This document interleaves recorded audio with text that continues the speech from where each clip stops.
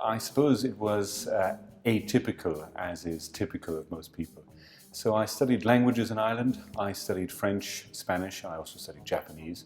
But then after I graduated, I, like a lot of languages students, didn't really know what I was going to do. So I went off, I went abroad, I ended up in Romania teaching, and then after about a year's teaching there, I sat in on some classes in the master's course in Cluj-Napoca in Romania. So I was teaching in the same department that the master's degree was being taught in. So I sat in some classes, I said that looks quite interesting, and so I decided to apply for the course, and I got in, and the rest, as they say, is history. I started out here at SCIC with French and Romanian. Now, I said I'd studied French, Spanish and Japanese at university, so actually because I'd studied in Romania, I'd forgotten my Spanish a bit. So I started off with French and Romanian, and then I worked on getting my Spanish up to the right level, then added Spanish, and then finally, once I was working here full-time, I was given support to add Dutch to my coverage.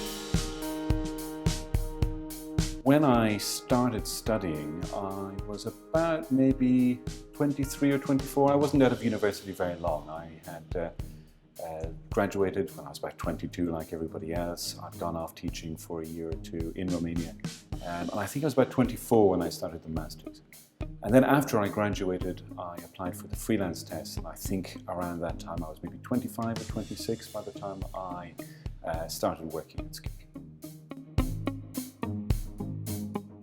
After I graduated, I applied for the freelance test. I didn't really know a lot about it. We were getting some support from DG Interpretation. We had people come for pedagogical assistance, for exams, etc.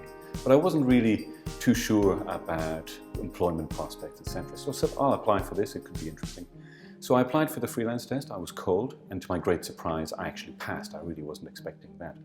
And so I began to work as a freelance interpreter. I worked as a freelance interpreter for about maybe 3 years. As I said, while I was a freelance interpreter, I added Spanish to my French and Romanian. And then I was offered a temporary contract, which is basically a staff position for a limited number of years. So I accepted the temporary contract, started working full-time at DG Interpretation. And then after a few years, I passed a competition, which meant that now I'm a permanent official working for DG. So I really think being an interpreter is a great job. It has a lot of advantages. I think one of the great things about it is variety. I think that's a great thing about being an interpreter. I think as well, as an interpreter, you work very hard, you have to concentrate quite hard, but you don't bring your work home with you. Once you're finished for the day, you're finished. You can go home and you can forget about your meeting. If it's been a bad day, you can forget about it. Start again the next day, that's a great thing.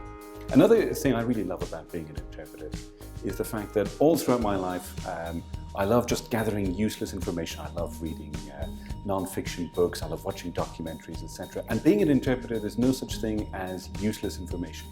So actually, it's really great for my career to know so much useless stuff. There's no such thing as anything that's useless as an interpreter. And that's been great for me. So I think if you want to study interpreting, I think general knowledge is very important. But if you're really into that kind of thing, if you're into following the news, if you're very curious about the world, I think interpreting is definitely the job for you.